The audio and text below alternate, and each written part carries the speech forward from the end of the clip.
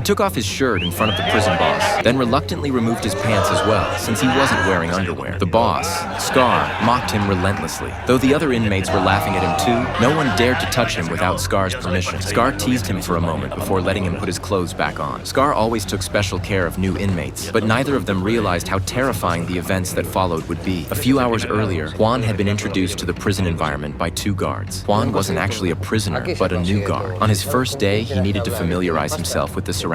Meanwhile, Scar was taking a break in a special area. Soon, it was time to return, and the guard ordered Scar to go back as required. But as soon as the handcuffs were put on, a loud bang suddenly echoed. While the guard turned to investigate, Scar had already spit out the key from his mouth. The guard who entered checked and saw that everything seemed fine, so he immediately went back out to continue watching Scar. Little did they know that as soon as the guard turned around, Knife Scar had already locked his throat. The loud bang earlier was caused by a hole in the ceiling of the corridor, and the falling debris had struck Juan. This not only caused him to bleed, but also resulted in temporary shock. The two guards didn't think much of it and quickly carried him to cell 211, which was temporarily empty. They planned to let him lie there for a moment while another guard went to find a doctor. However, within 2 minutes, the other guard ran back, saying that a riot had broken out in the entire prison and all the inmates had escaped. To avoid being killed by the inmates, the other guard dragged his colleague and fled. With no other option, they had to leave Juan behind. As Juan gradually lost consciousness, the inmates outside began rampaging and smashing things. They had been oppressed here for a long time, and under the leadership of Scar, they finally got the chance to escape. The prison's original security forces dared not go inside. The prison guard who returned to the monitoring room told the warden that they needed to rescue Juan immediately. Before they could come up with a plan, a prisoner entered cell 211 and slapped Juan awake. The cell had been empty all along, so it was strange that someone was suddenly inside. When the prisoner asked him questions, Juan looked just as confused. Then something terrifying happened.